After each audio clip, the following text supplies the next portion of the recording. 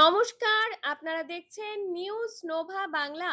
আজকের বড় update, deleted ভোটারদের নিয়ে নতুন কি তথ্য সামনে আসছে। যাদের নাম ভোটার তালিকা থেকে হঠাৎ করে বাদ পড়েছে, তাদের জন্য এখন সবচেয়ে বড় প্রশ্ন, আমার কি ভোট দেওয়ার অধিকার শেষ?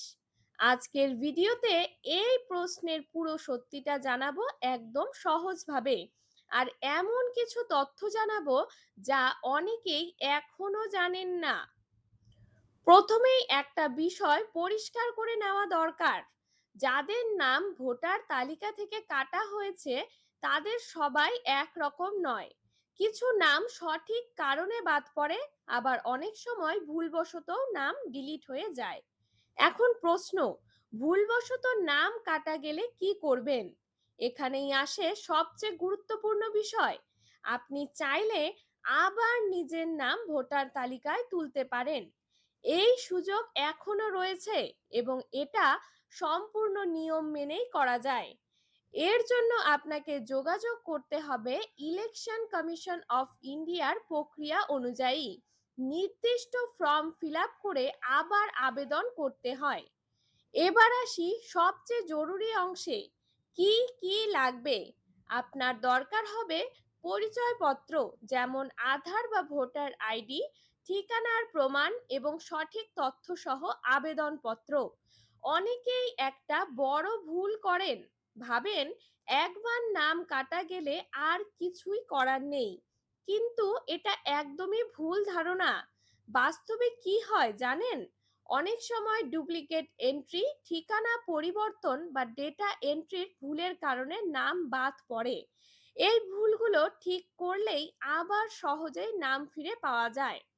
এখন একটা বড় প্রশ্ন, যাদের নাম এখনো তালিকায় আছে তারা কি সেফ? উত্তরটা সহজ, হ্যাঁ, আপাতত সেফ।